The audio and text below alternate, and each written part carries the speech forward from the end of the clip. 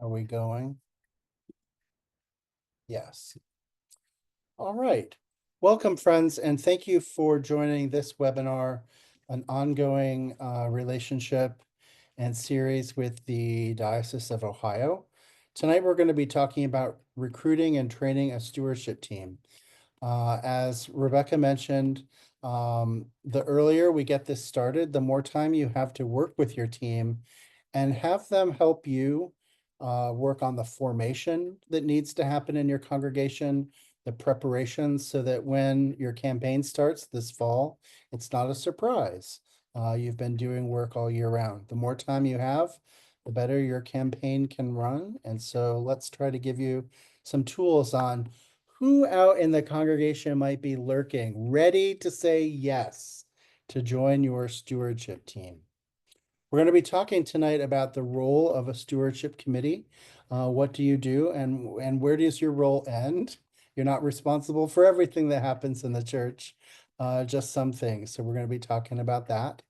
We're going to be talking about some jobs that particular committee members have. Not everybody should be doing every task. This is why we have a team and why you can divide things up. So we'll be talking a little bit about different roles that people can take. And the larger your team, the more roles you could have. But, I also realize that sometimes we're talking about stewardship committees of 1, 2, 3. And so we'll be able to talk about small committees as well. You don't all have to have a massive committee to make stewardship happen in your team. We're going to talk a lot about theological formation, and that's formation for us, team members, because we are the group of support. It's hard work to do stewardship, right? It's not easy. And so, how do we protect and form and support ourselves so that we can then go out and be ambassadors for the mission of our congregation and help our congregation really lock into what it is that they're doing and how their gifts matter? Then we're going to do a little conversation about goal setting. It's my firm belief that stewardship committees should have a role with the finance committee and the vestry in setting goals for the campaign and not just be given a number. So we're going to talk a little bit about how you might participate in that process and what are some reasonable goals to pick in your congregation. The stewardship team is not the fundraising committee.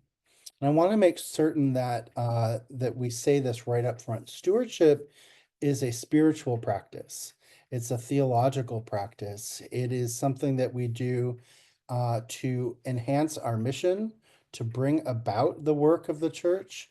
And if people only see us as that group of people who talk about money or that group of people who are going to run a campaign, then they're missing the really important work of the stewardship team, which is to understand, hold the mission of the church and help people articulate it.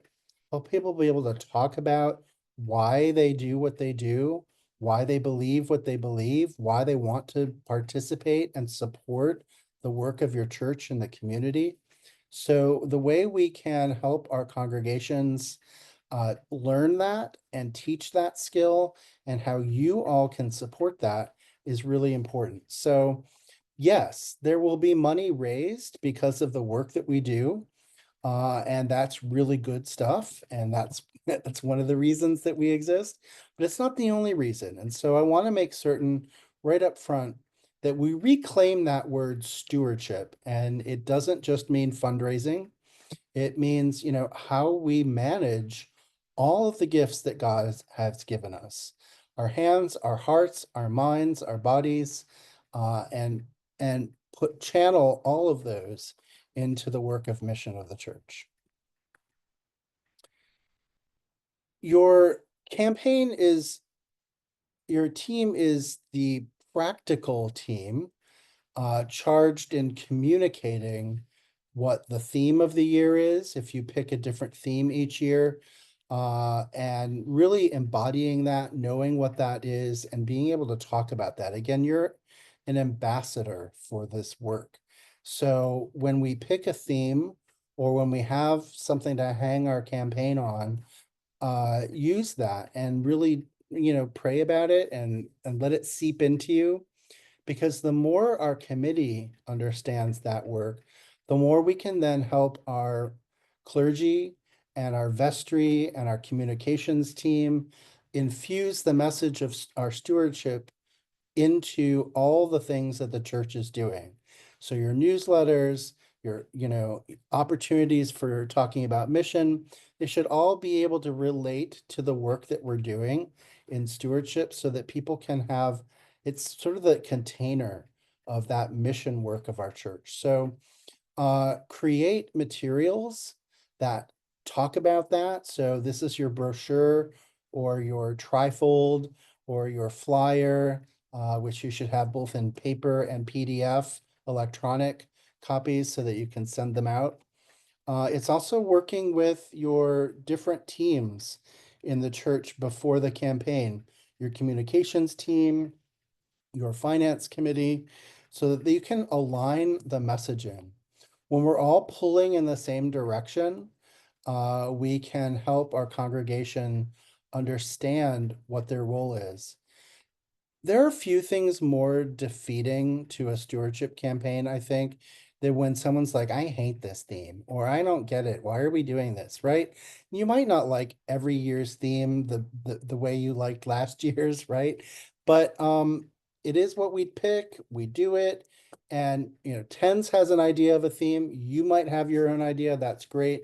Whatever it is, go with it, be aligned with it, and help people get into the messaging of it. So that's really important. A single focused message on how we're responding this year to the message is really helpful in running a campaign.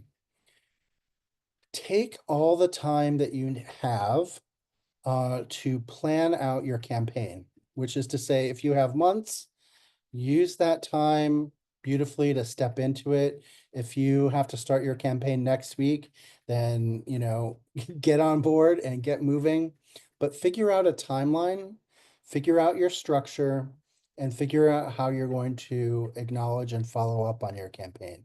Those three things happen no matter how much time you have to run your campaign.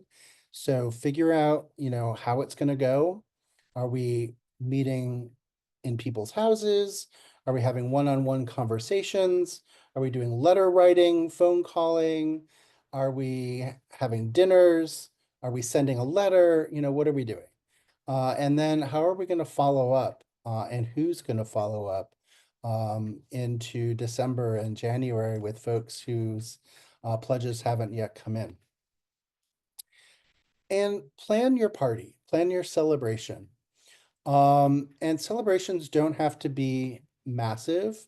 I mean, I've attended stewardship kickoffs that are like, they have a band, they have a catered lunch, they have all the things.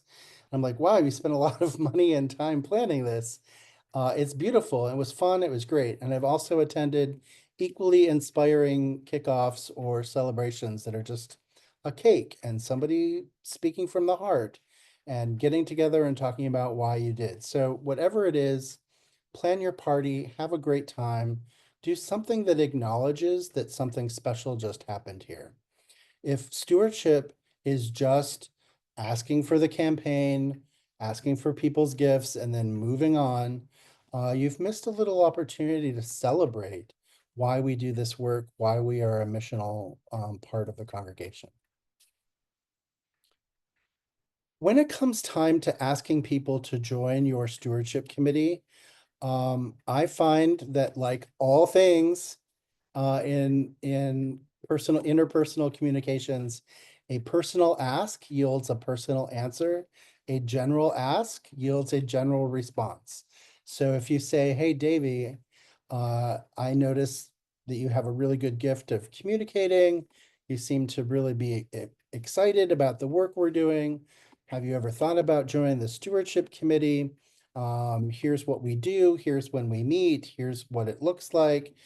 That's a much better conversation than putting it in the bulletin and saying, whoever's interested, please show up next Sunday for cookies or whatever you do. So try some personal asks. And I'm going to give you some tools in the following slides to identify the people who you might reach out to and why you might reach out to different people for different tasks on your stewardship committee. But a personal ask is so much better than just saying, whoever is here, please show up. I also want to say at this moment that not everybody is called to serve on a stewardship committee. It is difficult work. It's also specialized work. And while we ask everybody to participate in the stewardship of the church, in sharing their gifts and talking about why they want to share that, not everybody is good at asking others to do that. Some people freeze when it comes to talking about money and honor that. Not everybody should have to do this. I've worked with several vestries that have a policy that new vestry members have to serve on the stewardship committee. I'm like, yuck, what a terrible thing to say. Welcome to your service. By the way, here's a task, and if you don't like it, you just have to do it for a year. Not everybody likes it. Some people love it. So think about that. Rebecca, did you have something to say? You I came up. was just gonna say that sounds like a terrible way or a great way to get people to not want to be on vestry or the stewardship team. Right, exactly. I've seen this on nonprofit boards too, where they do that. Like, oh, you're new on the board, you have to raise money for a first year. I'm like, don't do that to people. Some people are called, not everyone is. So honor that. So I'm going to help you find some ways to identify folks who might be good candidates to serve on your stewardship committee. I often get asked, how big should our team be? Well, this goes back to how your congregation is used to running your stewardship.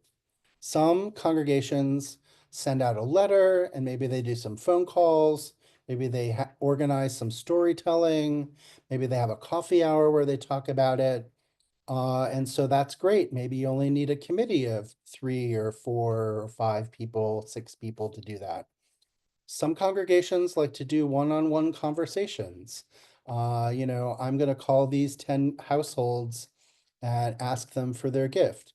Well, then you need to think about how many people you have and how many households you need to connect with and how much time people have to do that work within the weeks of the campaign, right? So if you imagine in these busy lives that we lead, it might take a couple of weeks to connect with someone over coffee. And if you have to connect with 10 people over coffee, how much time is that? How big does your committee need to be? So I like to think about, you know, if you're doing personal outreach, that you can really only manage about 4 to 6 people or households before it gets overwhelming. Don't take on 23 people because you're a go-getter. It's impossible to do within the piece of a campaign. So, think about that. What does it take? How can you do this? How can you do this work?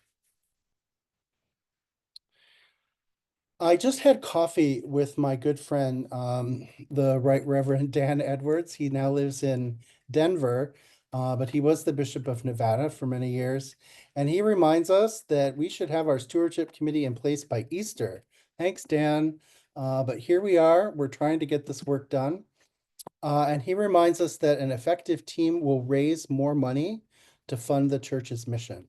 That's your first goal. You're doing this because you are funding the church's mission. You will also engender the support and the appreciation for all the parish ministries. So again, this ambassador role, and a lot of fundraising I find is matching people's interests with the mission. You really love kids? Here's a kids program. Let's talk about it. You really love outreach to seniors? Here's what we do for seniors. Let's talk about that. Get to learn what your members are passionate about and help them make connections with the work your congregation does. The project is a chance for people, for the members of the team to deepen their own relationships and become a group of people that can then do this work in the congregation and sort of love each other, right? The people I've served on stewardship committees with over years, we become this like band of brothers and sisters, right? We hang out together, we learn from each other, we trust each other, and it's another community of support within the congregation. And you spread a spirituality of generosity. Uh, Generosity is our response of gratitude for God's abundance in creation.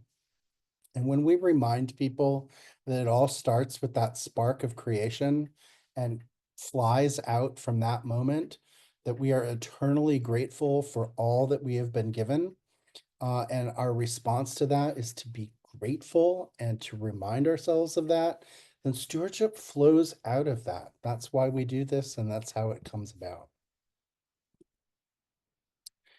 So let's talk about people who should serve on a stewardship committee. The first is people who are connected, people who know people. So your team's strongest influence is going to be on the people that they're friends with, right? So invite people who are really deeply connected in the congregation. Those people who always have a buzz about them at coffee hour, or who are always doing things in the congregation, who are well known. One of those people on your committee would be a great addition. Diversify your team according to who's in your congregation. This is really important because you want your ambassadors for mission to look like the congregation, to represent the people who are there so that they can connect with them deeply, so that people then can connect with them also. So, so make certain that you're thinking of that. Also have a diversity in your programs. So if you recruit your stewardship committee mostly from people who are at the 11 o'clock service and not at the 9 o'clock service, then you're missing out on the connections and the relationships in that early service. Or maybe people who come to the Wednesday potluck or to a program that's really popular. Invite someone from some of those other ministries to serve on your stewardship committee so that they can make a connection into those, and make certain that all those different ministries are represented. This happens a lot in congregations where I see like maybe the people on the stewardship committee go to the early service because they're the ones that have been at the church for decades and they love it. But they don't know the folks that go to the, the family service or the later service. So they'd have a hard time connecting the mission with them. Well, so have people from all of your different services on your committee. You want people who are leaders in your congregation, people who love the congregation. You represent the congregation to themselves. You're talking about the work that we do. You're talking about the mission. So you want people who are natural leaders. How they feel about the congregation or if they've participated in leadership, that's a good reflection on how they will then communicate back to people what the church is doing. If somebody is really grumpy about the leadership or about the way things are going, maybe there's a different committee for them to serve on. You want people who are serving on the stewardship committee to be really positive and focused and supportive of the people and the programs that the church employs and runs. These are your evangelists, your ambassadors, the folks with really high energy. I'm gonna clear my throat for a second here.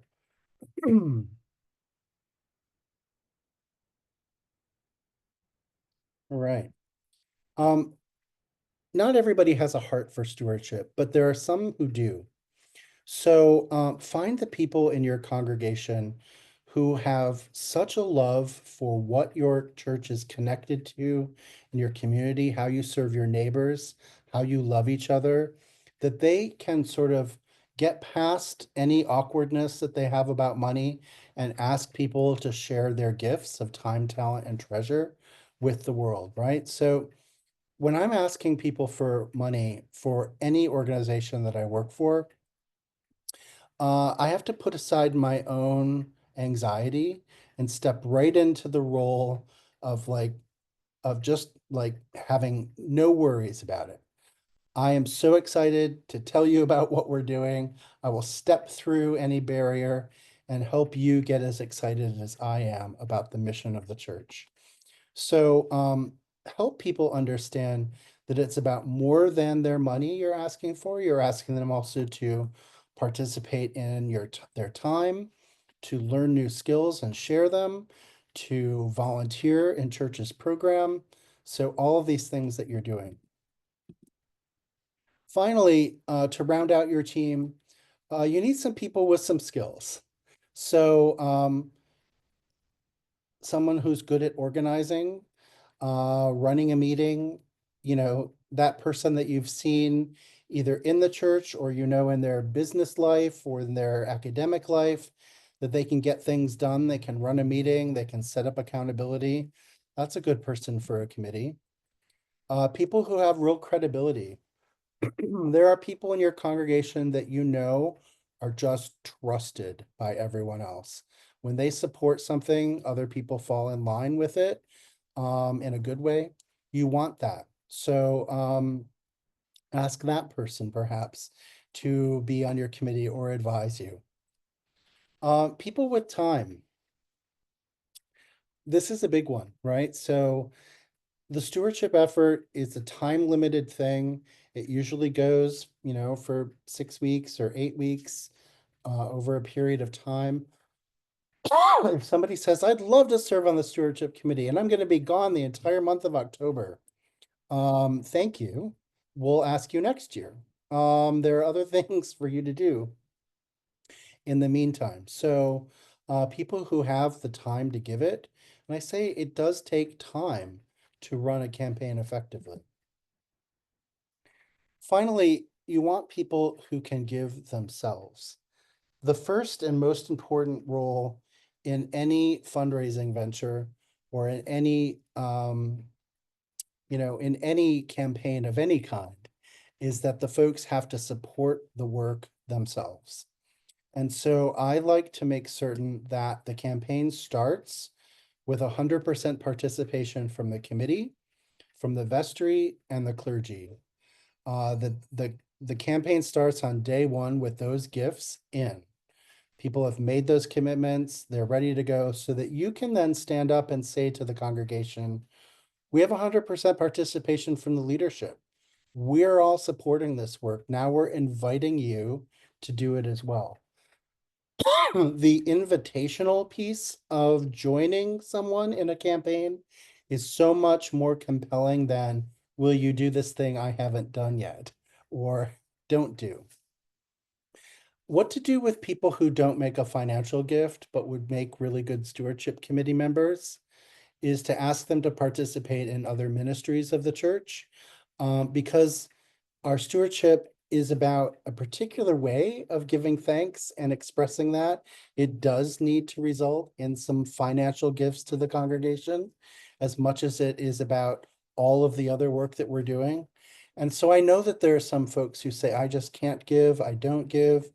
There are many ways for them to be involved in the church, but asking them to join the stewardship effort is probably not the best one, because people will know that, oh, well, this person doesn't pledge, but they're asking me to pledge. That's a little weird. People will feel that. And so just know that there are other things for them to do, and we should honor their gifts in the way they're willing to share them. Every year is complicated. This year is shaping up to be a doozy in our politics and in our economics. And so we're going into campaign season with some headwind. And I think that we should be able to talk to our committees about what's going on so that they have some talking points, some ways to address the concerns of folks who say, oh, I'm really scared to give this year, or what's the direction, or I don't, so like, this isn't to bully people into making a gift. It's in having a response to the genuine questions that people are going to be asking about what's going on. So how do we talk about money when there is fallout from unemployment, pandemic or now government, cancellation of contracts, other things that are happening in our world. How do we talk with people about that? I had a conversation in December with someone in a congregation in Washington, D.C.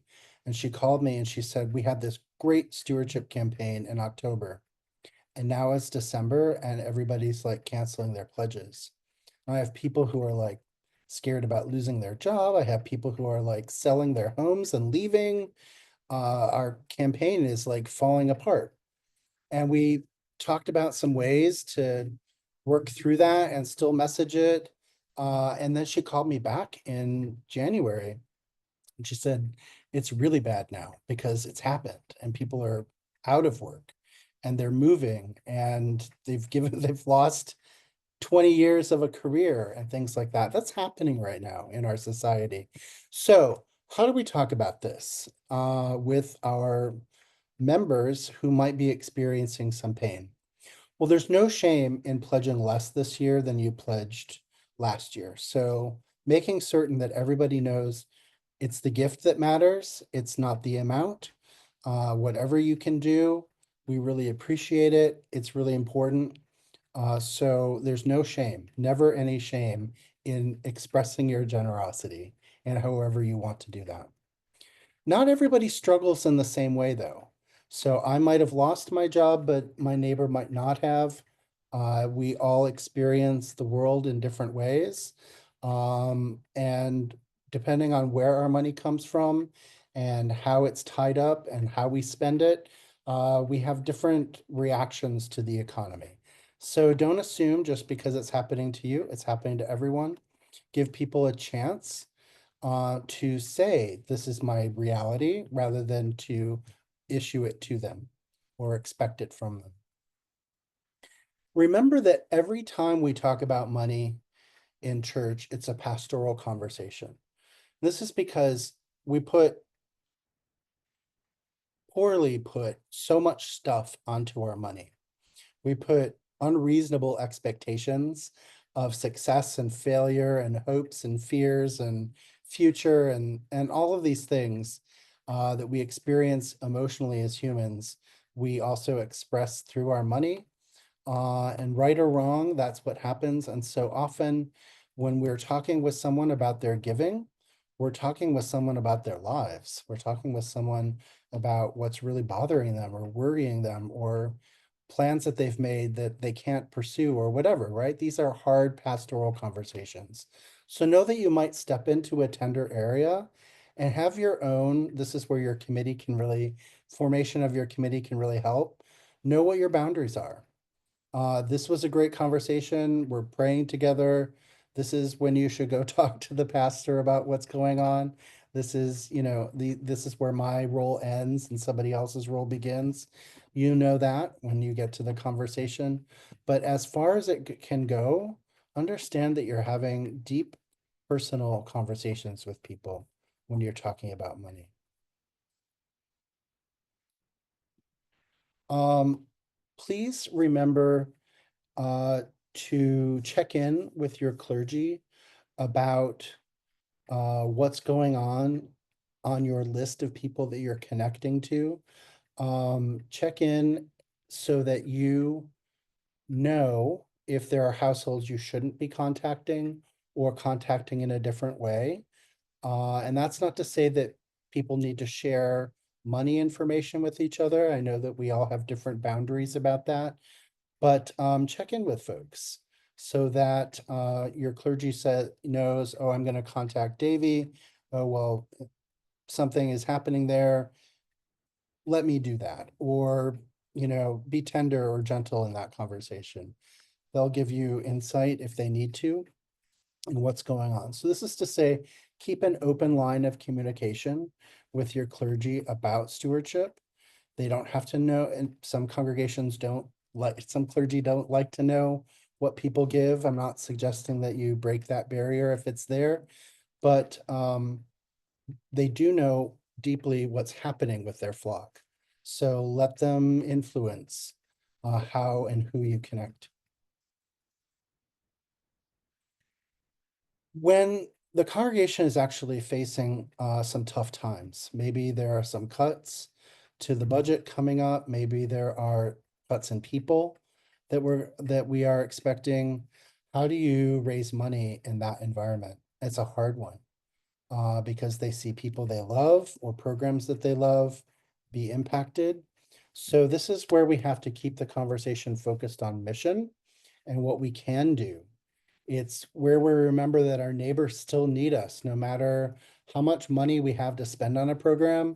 Sometimes those programs still need to go on, and we need to find scrappier, different ways to have that program continue. And so it requires more of our creativity to have those conversations. Remind people that maybe you're going out and getting help from the diocese or from community support or other ways that you're getting money in so that people understand that you are in fact trying to raise money from other sources. You're not just putting it all on the congregation. So help them know that. This can be a great way to help people understand when program cuts are expected. We still need to run a stewardship campaign and still ask people to volunteer and still ask people to participate. Life is uncertain. This is no news to us. Christians have been facing uncertainty since our first days, and we've developed in 2000 years some really good ways of dealing with uncertainty. And I think that it's really important for us to remember that we get through things together, that when we stay together, we stick together, we are creative together, we get through our darkest times. So you can change your pledge if you make a pledge at the beginning of the year. You got to change it because things happen. It's okay. We don't write these contracts, sign them in ink or in blood or in stone, right? These are changeable things and they just need a conversation with the treasurer. I can't fulfill at this level. This is what I need to do instead. And we're all Christians and we understand this and we support each other and help each other go forward. The most important thing is that people continue to participate in your campaign, that they step up their hours of support and their ways of giving so that the church's mission can continue. If we've done our work of formation well, then people will get the fact that it's really about the mission, and that's what we need to do.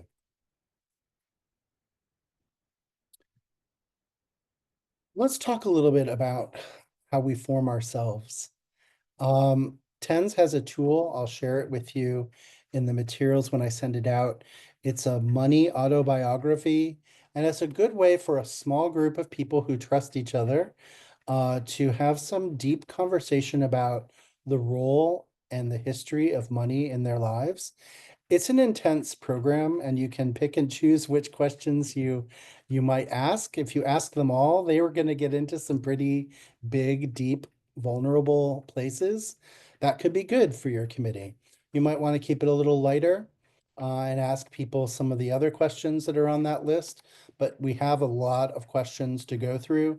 And so you can and what this is designed to do is to help you get comfortable with the fact that we all have stuff going on with our money. We have experiences of it. Some of them are traumatic, and that we have ways of dealing with that are healthy, mostly. And so to help encourage each other in those healthy patterns of dealing with the stuff about our money, we have some tools for that. So I suggest this as a good way in your committee to maybe do a little work. It's sort of like if you've ever been in education for ministry, EFM, you do that theological reflection piece every once in a while. It's very much like that, where it kind of breaks things open and goes deep. But if you're with a group of people that you trust, you can go there. You can get that work done. Your relationship to your money is a good mirror into what's happening with you. Like when you look at your budget, what do you see reflected back? Your own choices. If you read the TENS newsletter this year or this month, it was all about sort of the power of our money and how we make choices in spending, saving, borrowing, investing, donating, and do some research around that. When we look at where our budget goes and how we form it, how we spend our money and save our money, it tells us some, a little piece of who we are. And this is a helpful thing for us to know as we form our own selves, because then we can teach that skill to others. Know the power of your money. It's more than just income and outflow. It's a series of choices that matter in the world and have impact on the world. So this is all to say this is a tool. Use it to begin opening up your formation. You might do some other things, some book studies. I have a great one to recommend, which I recommend to every group all the time, as often as I can. This is Henri Nouwen's A Spirituality of Fundraising. It's very big print, easy to read. It takes about 25 minutes. It's very inexpensive on Amazon. You can get several copies and distribute it. It is a great book to do in a stewardship committee to sort of form you around the spiritual work that you are engaging in and how to do that. Let's take a look a little at our own covenant, our own baptismal covenant, and how stewardship gets teased out of that too. This is yet another way for us to resonate with the messages that are around us. And so we have at TENS a whole Bible study on different scriptures that you can use to sort of tease out stewardship messages. We have about 40 different passages and stories in the Bible that tell stewardship stories. That's one of the pieces that you can find in our formation section of our resource library. So maybe do some, study about that. Run a little Bible study in your group as you form, and then perhaps that's something you can do in the larger congregation as your stewardship campaign approaches. Take one of these scriptures and do a little Lectio Divina or African Bible study, or pick your method of opening and accessing Bible in small groups to find a way to do that work. Um, you know, talk about our values. How do we find our values and our money? How do we find value in the work and the ways that we contribute to the world and to our economy and to our mission? How do we evangelize? How do we share the good news with people? Our giving is one of those ways that we do that. It's also a way that we resist some of the evil forces in our world, right?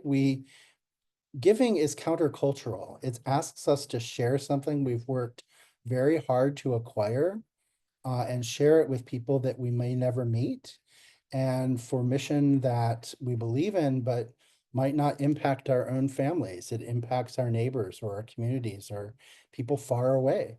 So that's a very subversive, mission-focused, active resistance against things that would tell us to build bigger barns and to hoard things to ourselves. So listen to those messages, share the gospel, listen to that good news. And how does our church serve our neighbors? How does it transform our gifts into mission and opportunity to make the world a better place? And how does it respect the dignity of all? How does our giving raise everybody in our community to a better place where they can be fully human, be fully who they are? How do our programs change lives, impact neighborhoods? Really understand that work, because it's deep baptismal covenant focused stuff that we do when we really get into our stewardship. I want to round out before getting into your questions by talking about goal setting. So every campaign needs a goal. Whether it's a goal you state and make a big thermometer or something like that, or whether it's one you have working in your head, it's really good that you have some goals. And it's not just about the money that you're raising, but it's about the work that your church needs to accomplish. This is why when I said early on, get alignment with your vestry and your clergy and your communications team about the messages, but also like, what are they looking to do? Do we want to grow our church this year? Does your clergy have maybe a number in mind? We need 7 more households to join. That would be really great this year. We're going to really work hard to do that. If you can participate in that, if you know the goal, you can help achieve that goal. Are there other goals for like how many volunteers we need to recruit? So, it's the same 27 people that show up for all these things. We need 10 new volunteers, or this program needs to grow in this way and it's going to need this many people. If we have some way to quantify that, and we can then say, this Saturday morning program needs 5 volunteers to run it every week or every month or whatever it is, how are we going to participate in setting that goal and realizing that goal and getting out there? Because that's a part of our stewardship campaign as well. So help the church help itself. And the more people who know what those goals are and can help achieve them, the more success your church is going to have in fulfilling its mission.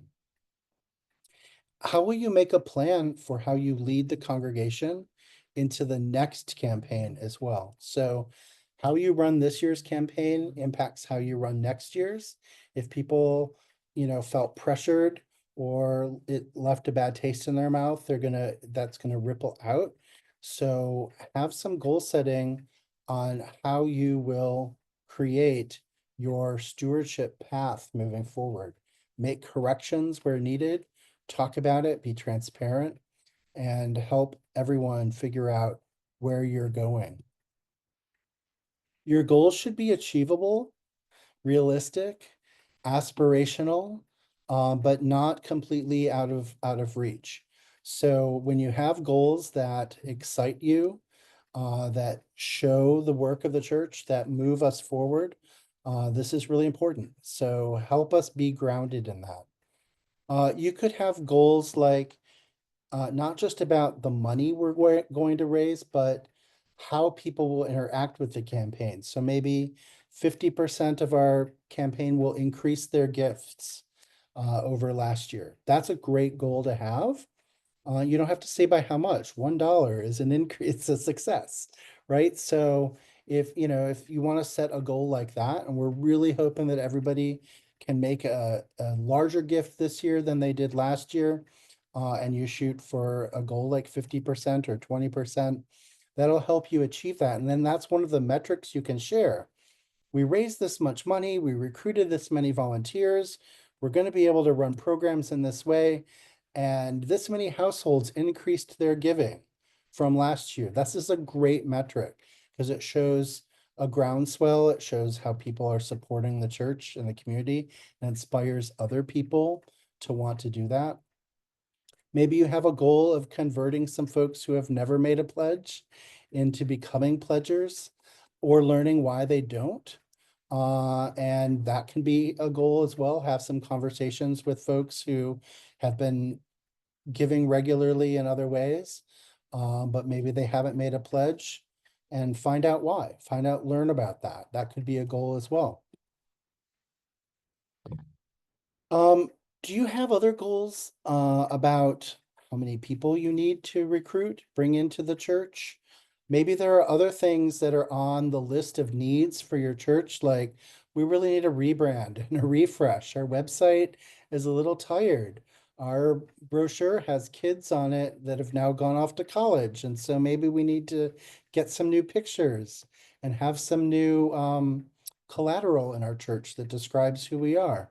Are there other kinds of things that you would want to put in your list of goals for the year? Because your stewardship committee can talk about that with people as they meet them and ask for their gift. Oh, you're a print designer. Oh, you have these ideas.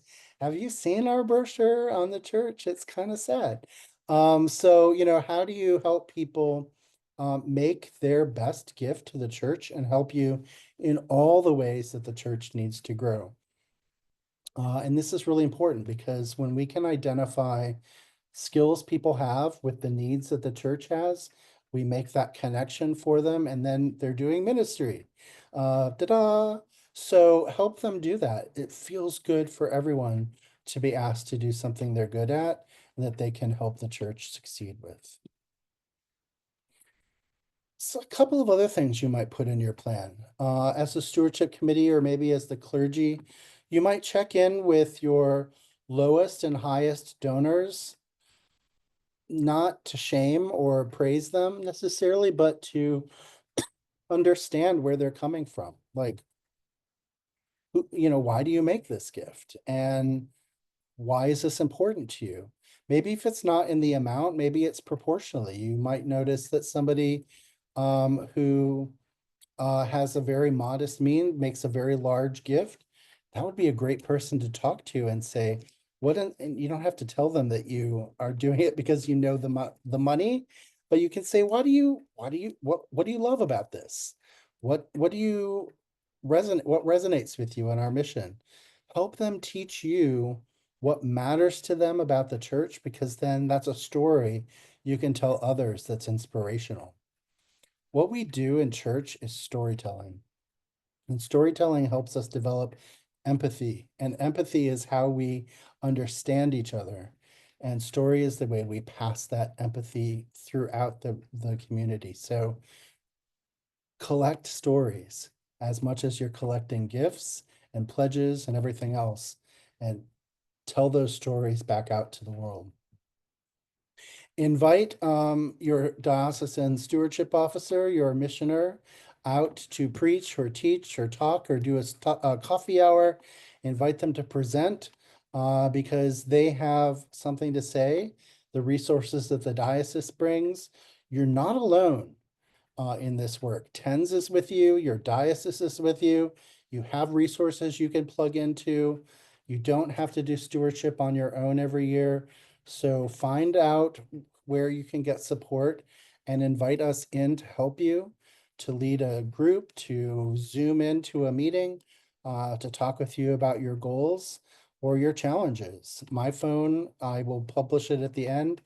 It's open to all of you. Some of you on this call have emailed me anyway, which I love. So do that. When you have a question, when you have a concern, when you have an idea, I love it. I also read a lot of stewardship letters every year. People send them to me. I love doing that. I will send back edits, but include me, involve me, ask me. You're not alone. Maybe you'll have some goals about learning you want to provide to the church, a book study, a coffee hour, a conversation, a forum, something that you can do that teaches generosity. Maybe you'll start a section in your newsletter once a month that shares some of these stories you've collected about stewardship, or maybe it's talking about your programs and how they impact their members or whatever, or the people who use those ministries or programs that you run. Maybe you'll have some stories about how you're making a difference in the community. Share those stories. You should have a little stewardship section in your newsletter that shares an inspirational story or tells people, reminds people that their gifts have real impact.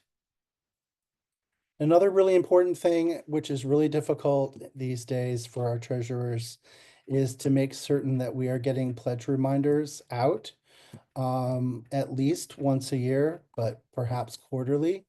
I know that that's hard because online giving is sometimes lagging in a month, and so it's like it takes a while to get data in front of us and to be able to send it out, but it's so important that we let people, and it's part of transparent and accountable leadership, to let people know that we are receiving their gifts. They can have a chance to say, no, no, no, I'm giving way more than that, and it's not being counted in the right way, or oh, I fell behind and I need to catch up. However we do it, it's a really useful tool. So I know it's a lot of work, but we need to do that. So It's another thing to put in our plan to help people make that possible and help us do the work of our campaigns each year. I want to end by reminding you that TENS has a theme for our campaign this year, and you can all use it.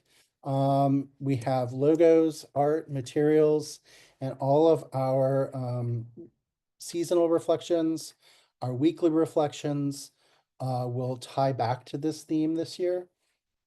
It's an option for you if you don't already have one.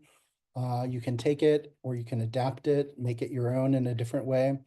But this year, what we're talking about is storytelling again, and how we have such good news within us that we cannot wait to share it. It's this moment, if you think about that hymn, "Tell out my soul the greatness of the Lord," right? It's that moment that Mary hears the good news about what's coming, and she's praising and excited. She can't wait to share this news. And do we have those moments in our lives with church where we've heard a sermon or seen a ministry flourish or heard about how our gifts change the world or walk through a neighborhood and see lives changed because our church is there and doing things? Do we feel that same way, that excitement, that enthusiasm? And how do we tie into that with our giving, with our time, our talent, our treasure? How do we share those stories? So, Tell Out My Soul is the theme for this year's campaign, and you all are welcome to download it. It's available on our website. Our password for this year is Luke 146, which will not surprise you. It's that very scripture passage, "Tell out my soul," and so you will find that unlocks the keys to the kingdom and gives you all the information for our pledge campaign this year. I want to stop sharing my screen and bring us back into our group so that we can ask any questions that might linger about how you do this work as a stewardship committee, how you teach and guide your own group, but also how you teach your congregation this work. What questions might you have, or what experiences do you have recruiting a team? What are some stories you have about things that go well, and how's your time?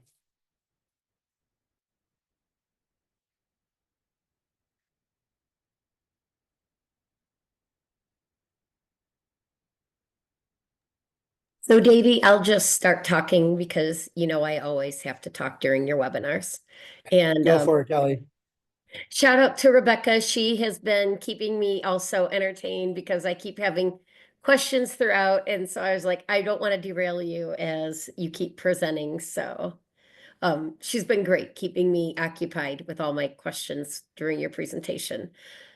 So we are talking about how can we include or track donor journeys as we're going through. And so Rebecca was also suggesting we're just new to using Realm, brand new babies to using Realm. So we're just figuring it out, encouraging people to log into it. Is there a way that we'll be able to use that? Like how would, for tags, but I'm just trying to think, or maybe a spreadsheet, so that way we can track. When I'm thinking of journeys, like how do we keep track of helping make sure people are aware of stewardship, people are aware of how they can get involved, how they can share their blessings, all the way to getting engaged, and then of course ultimately making their gift. Wow, awesome. That's really exciting. What I find really exciting about that is that you are doing that work of matching up donors with mission. And that is um, it's work that we need to do in church, and it's often work we don't have time to do, or until recently haven't had the technology to do it. I mean, I'm old enough that I grew up in the world of 3x5 cards, where we had a little Rolodex of people and their gifts, not just their financial gifts, but oh, they teach a class or whatever, right? And we would kind of mix and match people up like that. So now we have technology that can do that for us. And so you are ahead of the game if you're trying to find ways to use that and track that, and to use those fields in Realm or any other constituent relationship management CRM tool that's out there that says, here's a person who's a teacher, they have some accounting experience, they love nature, they're a good leader, and so when you're looking for people, you should have these skills in mind so that you can match them up with a ministry. And this is again what I was saying about when you set other goals in your campaign besides raising money, you can say, oh, wait, the rector was talking about this program that he wants to start, and you would be perfect to lead that after this conversation we just had. And you're making that connection. And so that you're helping the clergy as she's coming up with these great ideas. You're saying, I've got a person who was just telling me today how inspired they are by this or that or whatever, right? So if we have a database that can then track that, because we're not having that conversation in real time with the clergy, we're having it, weeks in delay. So if we have a tool, great, use it, and find a way to do that. It will help your overall stewardship so much if you do that. Congratulations on investing in that tool and in trying to tweak it. Not all of these tools are made for that, but you can find the ways to play with them. If you don't have a tool that you've invested in, good old Excel will do the job as well. So, you have a column for Davey and who he is and what he does and the committees he's served on, and the things that he's interested in.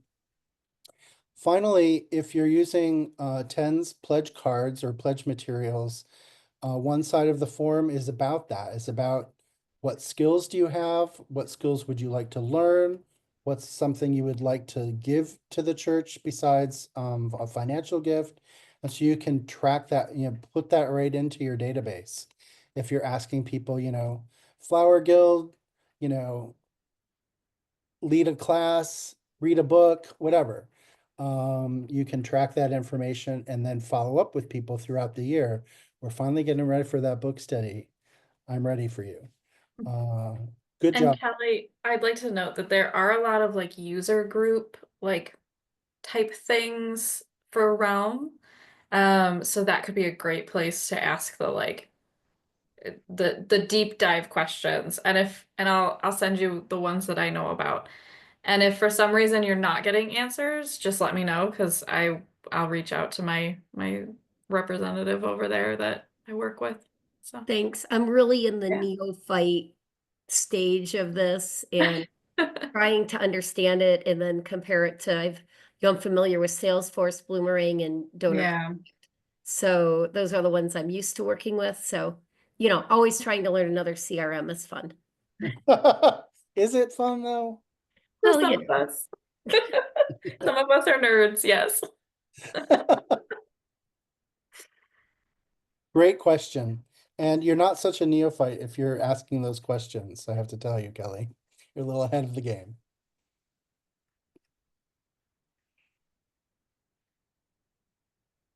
So that's a good question. What other kinds of goal setting have you seen in stewardship committees? Have you ever thought about using your stewardship committee to do things other than raise money? Have you ever talked with your stewardship committee about those other sort of, membership goals or volunteer goals? Does anybody have any experience with that? Hi. Um, yes, we try every year to increase memberships in various committees. And we use our stewardship campaign for that. I'm not sure what format, this is my first time doing this, so I'm not sure what format they've used in the past, but I know, like there's, a monetary pledge, there's what committees are you interested in, that sort of thing. And then during the services like peacetime or announcement time, we invite committee heads to stand and introduce their committee, so that we can encourage people to approach those committee heads one-on-one. That's So great. yeah, it kind of works. Well, keep at it and it'll kind of work better. I mean, Right. everything takes time. Kimberly, that's really, really good. And one of the things I'm really excited about that you just mentioned is that you have those committee heads stand up and identify themselves. Because so often the question is, who's doing that? Who do I talk to about that? Right? We don't know that. And we're sort of bad about updating websites and things like that about who to contact. So when you have that opportunity to say, go see Davey at coffee hour to talk about this, or go see Kimberly to talk about that, then you have this great way of making connections. And the more connections we build in church, the tighter our community becomes. And this is a good thing. Am I getting the message that the Diocese of Ohio invested in Realm for all of its congregations? Not yet. It's currently an individual thing. Okay, There's some stuff in the works for sure. I love it. I wish I could get my diocese there, but we're working Yeah. on it. It's part of our resource allocation and reallocation initiative. And so more to come on that. More to come, more to come. I hear it. Hopefully very soon. Good. Keep at Yeah. it. Yeah. What are some other experiences in membership recruiting for your campaign team? Uh, Anybody find it really hard to recruit members, really easy? Have members that have worked really well or not worked really well? What are some stories or some sharing you have for us? I think it's important to have both people who are really good at getting the stuff done, like actually putting pen to paper, putting stamps on the envelopes, writing the letters, all of that. And also the people who are just really good conversationally. They might be really bad at like the menial work, but they're really good conversationally. And so having a good balance of people involved in your committee, while those two people might frustrate each other on a committee because they work very differently, they're both really needed and provide a balance in that committee. That is so good to remember. Like, this is why They work at different they altitudes. Like, work at yeah. different altitudes, right? This is why we don't just, recruit fundraisers or accountants to be on your stewardship committee, right? It's why we went through some of those different personalities you might look at in the congregation, because everybody has their thing to give in a different way. And they might frustrate each other on the committee, but they'll produce good work down the Yeah. road. The other really important tip I forgot to mention, I can't believe I forgot to mention it, was if you have a party, not everyone on your committee can be on the party planning committee, Hmm. because that will be everybody's favorite thing to do, and that's the only thing that will get done, in my experience. Everybody wants to be doing that piece, and you'll get caught up in, caterers and colors of napkins and things like that. And you can have two people work on that, and everybody else work on other things. So have a party if you want, but not everybody's the party committee. That's a good point. Yeah, we have 5 people on our committee now. We've just recruited 5, and we rolled it out during the last campaign.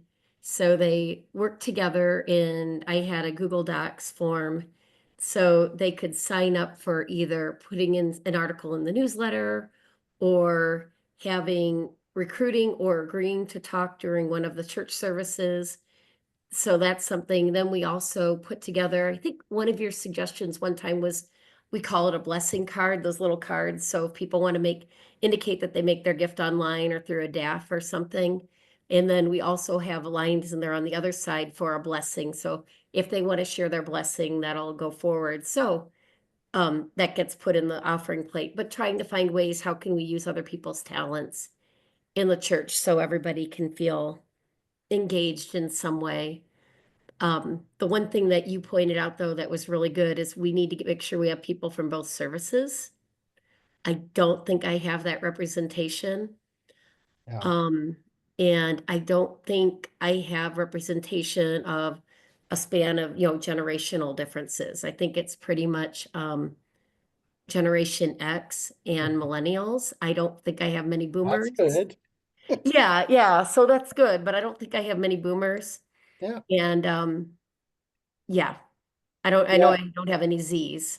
So Yeah. Well, so having that diversity across definitely the services or different activities, like if you have a super exciting Wednesday book study potluck, invite someone from that group, or if you have like a Saturday food pantry, invite someone from that, because they're gonna just infect that group with enthusiasm, because they represent a really vibrant ministry, and they'll do that in stewardship. But yes, definitely make sure you've got your multiple service times accounted for, because it feels weird when one's missing. mhm, And that's every part of leadership, right? Your vestry and all that. We need to recruit from a diversity, yeah. but that's great. One of the things that we have in our resource library, I will make sure that I send it to Rebecca, is we have job descriptions. I think a volunteer, like a paid employee, needs a job description so that they know what is expected of them and what's not expected of them. And so we have some samples out there for like a general member and maybe like the recording secretary and the chair. So I'll send you those job descriptions. It's just a good way to sort of, you know, take it, leave it, change it, adapt it, make it yours. But it's a way to start the conversation. I'm expecting something of you when you join this committee. This isn't just, to sit on. We need work done, and here are the things that we do on this committee.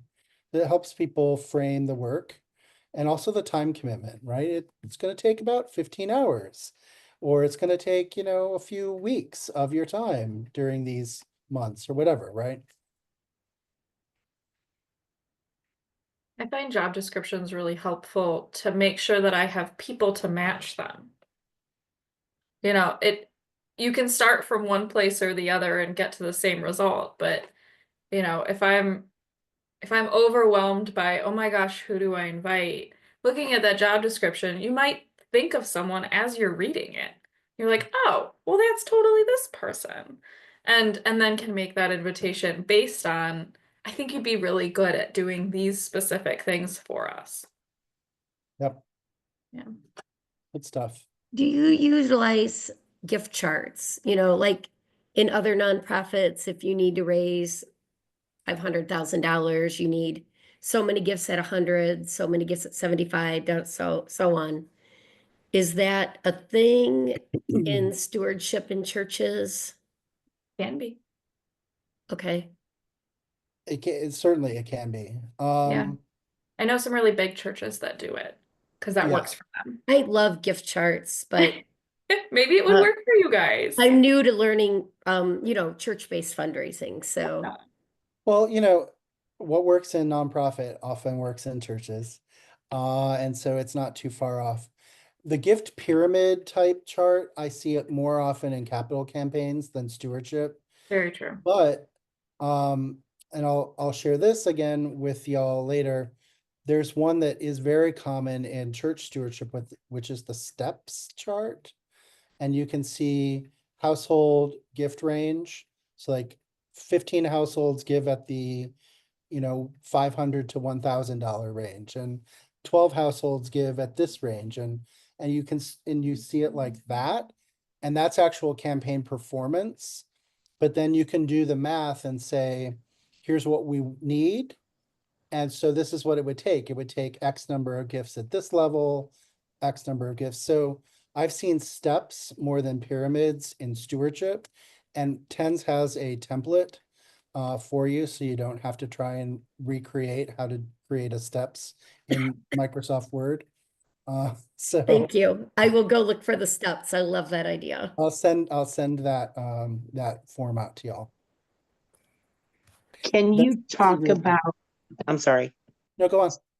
can you talk about the best way to approach a stewardship campaign while also trying to build our numbers? We don't have a lot of butts in the seats right now. Which is a challenge for stewardship. So how do you work with what you have while also trying to grow those numbers? I think that is a great question. So first of all, you've hit on the point that they're related. So, people are usually giving a good gift. And there's usually not a whole lot of wiggle room, but maybe there is, and I'll talk about that in a second.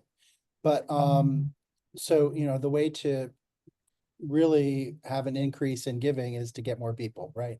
We know this. But that's not always true. Capital campaigns show us that people, when given a really good reason to make a good gift, they will dig a lot deeper than you ever expected of them. And this came true when I did a campaign for a congregation here in the Bay Area, and their campaign raised 500% of their pledge and plate. And I was like, if y'all can do that, why are we not succeeding at our stewardship campaigns, right? So there's a lesson there in that case for that campaign had a lot of data, a lot of research, a lot of energy, a lot of pictures, a lot of future vision casting. People were excited about it, right?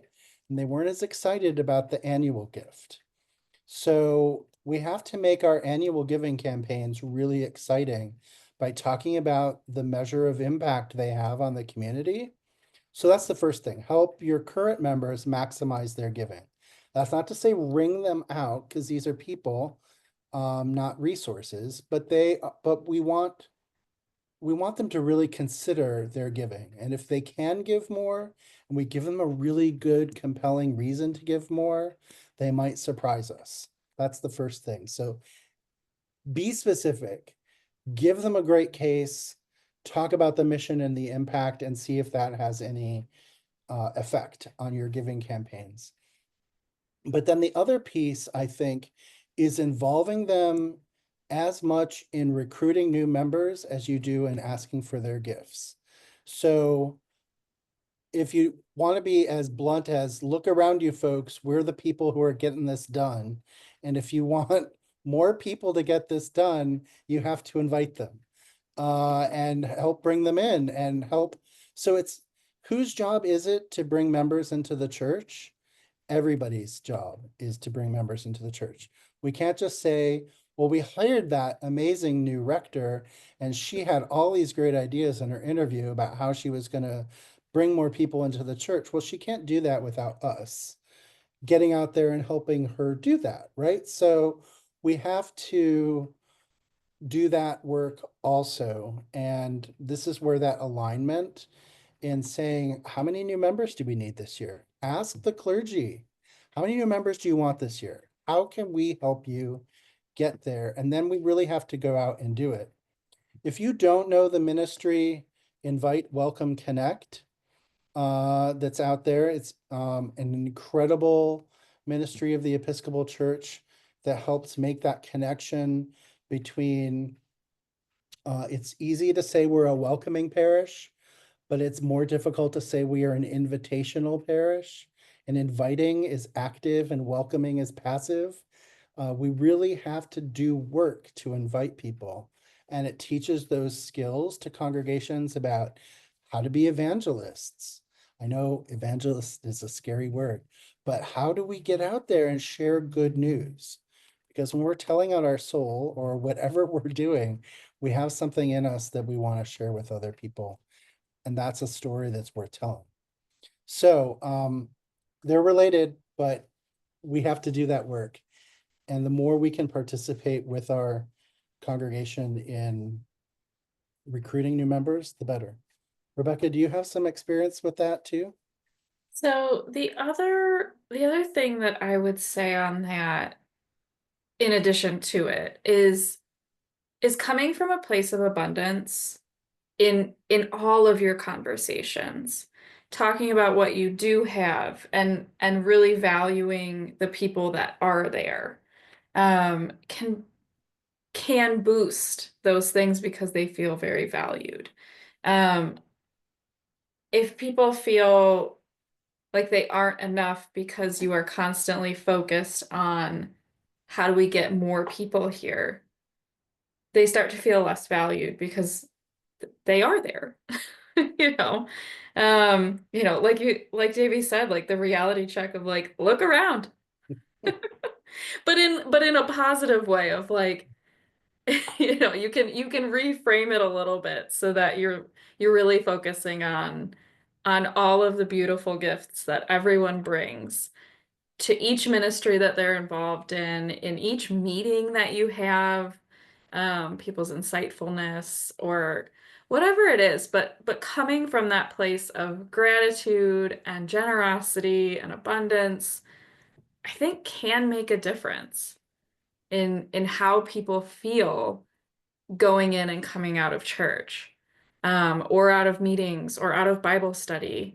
And then they're more likely to bring someone with them because who wouldn't want to be around that?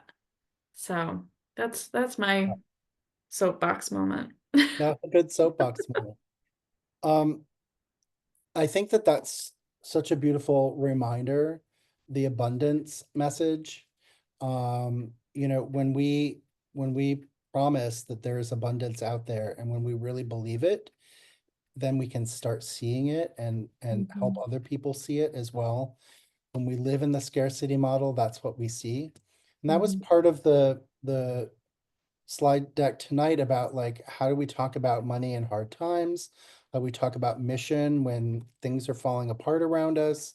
We have to continue being positive. And that isn't to say Pollyanna or head in the sand.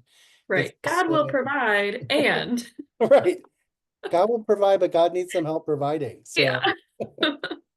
we're there too. Back in the early days of reopening after the pandemic, I was in church and we were having, sort of a gripe session about the fact that things were slow coming back. And I said, nobody's coming back. And this young woman said, well, I'm not nobody. I'm coming back. You're coming back. They're coming back. Right. And so like when we like look around us and we say nobody's doing this or I'm the only one, we're living in that scarcity. It was a good reminder. I was like, oh yeah, okay. Teacher, teach yourself some things. And this is, we have to remember to be abundant people. Beautiful. Yeah. Any other questions this evening before we finish off with our Tuesday nights? And if you think of them later, feel free to email me. Yes. Well, it's really lovely hanging out with you. Thank you. Thank you. I appreciate your time. We are taking the month of April off because there's something else. You are taking the month of April off. I still have a webinar planned. Oh, do you? Yes. All right. What is it Yes, on? I have invited Jim Murphy, who is a planned giving expert. Oh, So the best. he is leading a webinar for us and the Diocese of Southern Ohio jointly, all about planned giving and legacy giving. So Brilliant. TENS is taking a month off, but the Diocese of Ohio is not. All right. Well, you'll all be with Rebecca next month. Yes. Talking about plan giving. Jim Murphy is a saint of the church, I think. Really a good guy. But I will next be with you, let's see, in May the 13th. We're going to talk about how do we talk about money and budgets? How do we create budgets that meet the mission rather than creating budgets that just raise money and talk about money? So we're going to reframe our budget conversations and talk about mission. So be excited about that, and we'll see you again in May. Thank you so much, Davey. Thank you. Have a beautiful night. Talk to you Hope soon. everybody has a good night and a good week. Good night. Bye.